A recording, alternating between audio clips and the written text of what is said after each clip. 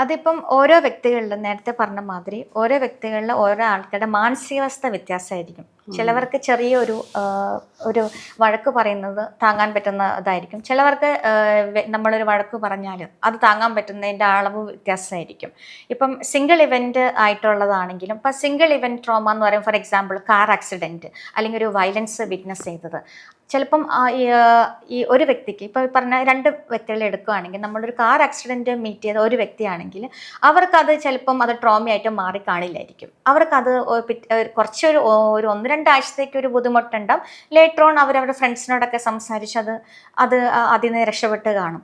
പക്ഷെ വേറെ സെക്കൻഡ് പേഴ്സണെ എടുക്കുമ്പം ഈ കാർ ആക്സിഡൻറ്റിൽ മീറ്റ് ചെയ്തൊരു വ്യക്തി എന്ന് പറയുമ്പം ചിലപ്പോൾ അവർക്കൊരു തെറാപ്പിക്ക് പോകേണ്ടി വരും. ചിലപ്പോൾ അത് ലോങ് തെറാപ്പി എന്ന് പറഞ്ഞാൽ ഡിപ്പെൻസ്, ഓരോ വ്യക്തിയിലും തെറാപ്പി എഫക്റ്റ് ചെയ്യുന്നത് പലതരത്തിലാണ്.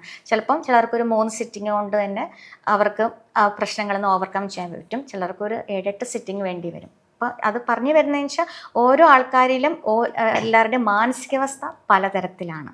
അപ്പോൾ ഏത് പ്രശ്നമായാലും ഓരോ ആൾക്കാർ ഹാൻഡിൽ ചെയ്യുന്നത് എങ്ങനെയാണോ, ചിലവർക്ക് പെട്ടെന്ന് ഒരു പ്രശ്നം പെട്ടെന്ന് കൂളായിട്ട് ഹാൻഡിൽ ചെയ്യാൻ പറ്റും. ചിലവർക്ക് അത് ലൈഫ് ലോങ് ചിലപ്പോൾ 1-2 വർഷത്തേക്ക് നീണ്ടു നിൽക്കും. അപ്പോൾ അങ്ങനെ ഒരു സിറ്റുവേഷൻ വരുമ്പോൾ എന്തായാലും ഒരു മെൻ്റൽ ഹെൽത്ത് പ്രൊഫഷണലിൻ്റെ സഹായം വേണ്ടി വരും.